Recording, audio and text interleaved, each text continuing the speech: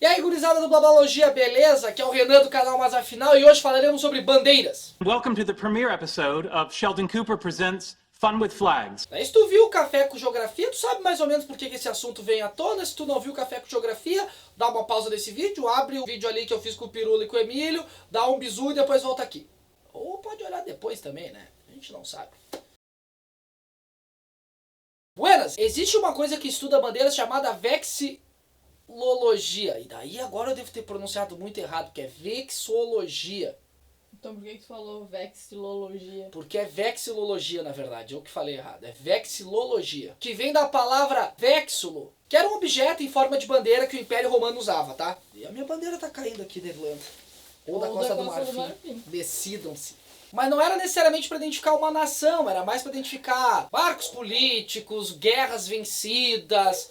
Depois era para identificar o rei, né? Ao longo da história ela ia tendo alguns significados, mas sempre de identificação de alguma coisa, não necessariamente uma nação. Então ali pelo século XVIII, início do século XIX, surge a necessidade de identificar a nação com alguns símbolos. E esses símbolos, popularmente, né, a gente chama de bandeira e tudo mais. Então, o surgimento das bandeiras, como a gente conhece hoje, está totalmente ligado às formações dos estados modernos, tá? Isso é uma coisa, olha como o bagulho é histórico, muito louco. E a gente tem como exemplo clássico a bandeira dos Estados Unidos, né? E a bandeira da França, como primeiras bandeiras que foi o próprio povo que fez depois de muita luta e muita conquista. Então, bandeira é um objeto que causa ódio. Inclusive, em alguns lugares ela é proibida, né? Seja a bandeira do Turcomenistão, seja o próprio time do Barcelona, por exemplo, que uma vez ele foi multado porque os torcedores levantavam a bandeira de Catalunha, né? Então ela causa ódio, ela traz um sentimento, mas ela também traz amor, né? Ela lembra aquela ideia de identidade, aquela ideia de nação,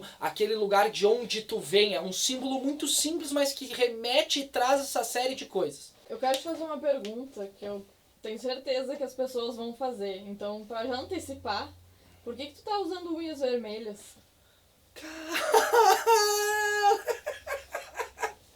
É que uma aluna minha pintou e eu não tirei ainda. Eu ia tirar, eu até dei uma ruída pra tirar, ó. Vamos deixar assim então, ó. Deixa as minhas unhas vermelhas. Não, eu só perguntei, porque as pessoas iam perguntar. E até porque não são todas as unhas. É só a que faz o símbolo do rock and roll. É.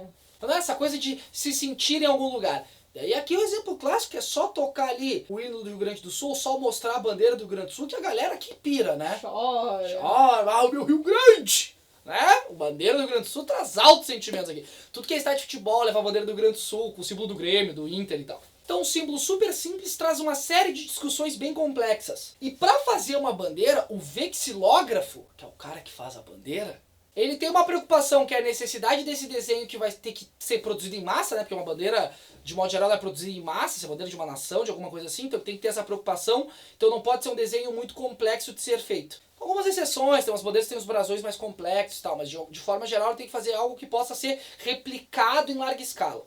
A própria bandeira do Rio Grande do Sul, né? Ela É bem difícil, é. Então tem até algumas culturas que usam algumas regras para se fazer bandeiras, que são elas: simplicidade na forma de bandeira, simbolismo, né? Tem que ter um sentido histórico daquela bandeira, limitação no número de cores, evitar legenda ou emblemas, né? Porque você vai fazer algo simples. Distintividade, tipo, a bandeira que tu vai fazer, ela tem que se destacar e não pode ser parecida com as outras. E daí a galera da Polônia e a galera da Indonésia cometeram um pouco de erro nisso aí, né? Daí eu achei um site que tá linkado aqui, que é o eu tenho problema em falar. vexilologiabrasil.com.br. Vexilologia. vexilologiabrasil.com.br. Na verdade é só vexilologia.com.br, que é um site que seria dos estudiosos de bandeira aqui do Brasil, e esse site ele era para mostrar a história de todas as bandeiras de todos os estados do Brasil e tal. Só que eu não sei se o site está desatualizado, faz muito tempo que várias pessoas não entram, então várias histórias de várias bandeiras não estão ali.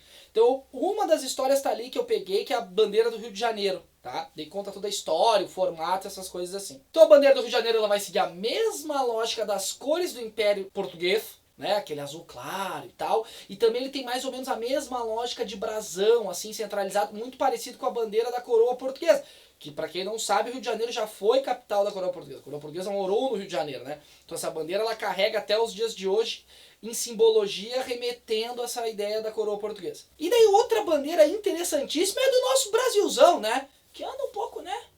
Sem ordem, sem progresso, que é um lema bem positivista do Auguste Comte, né? A ordem por princípio, progresso, como não sei o que, e não sei o que por não sei o que. Esqueci a frase agora. Alguém se lembra e bota aí.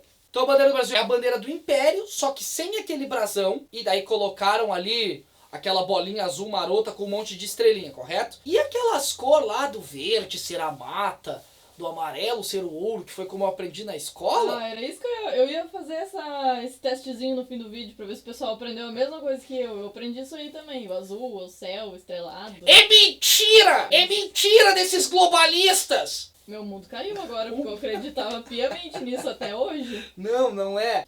Estão me ligando desse número o dia inteiro hoje. E toda vez que eu atendo, É ninguém. é ninguém. Se tu sabe o que eu tô falando aí, dá um joinha.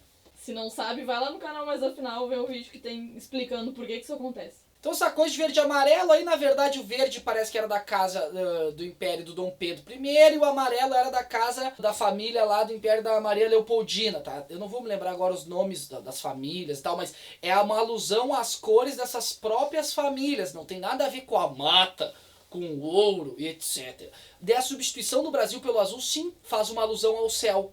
Por isso tem as inúmeras estrelas e tal. E daí, olha que coisa louca! Ai, como é que eles distribuíram as estrelas desse jeito? A distribuição de estrelas na bandeira do Brasil está associada a como o cara que fez a bandeira lá, ele e seus amiguinhos, viram o céu do Rio de Janeiro dia 15 de novembro de 1889. Eles olharam para o céu, tinha uma distribuição estelar e eles foram botando mais ou menos os estados dentro dessas estrelas. E daí por isso que se tu observa a bandeira do Brasil, tem uma estrela perdida lá em cima daquela lista Ordem e Progresso, né? Essa estrela, ela é do estado do Pará, que era o estado mais ao norte do Brasil. Então era uma alusão que ele ficava ao norte ali da linha do Equador. E é uma estrela chamada espiga, em português, seria espica.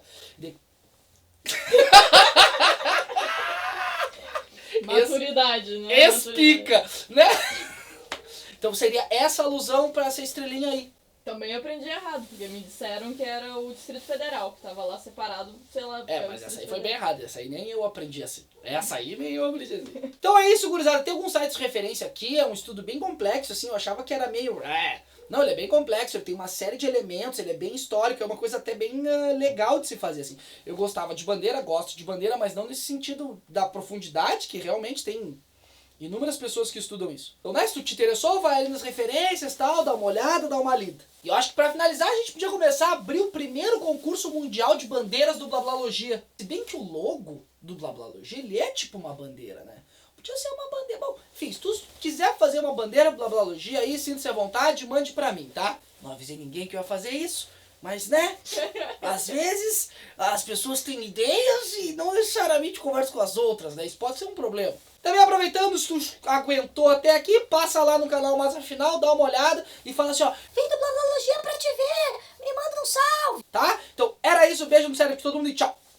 Eu queria fazer mais um comentário. Faça. Tem uma bandeira que tu gosta muito, né? E que tu queria muito ter essa bandeira. Bandeira da população cigana. Então se alguém quiser enviar pra gente, manda pra nossa caixa postal. Que vai aparecer na tela. Vai dar na tela aí, manda pra gente. Isso é a bandeira de todos os povos. Agora, tchau. Daí tu... Vai sumir atrás da bandeira. Vou, peraí. Sumi.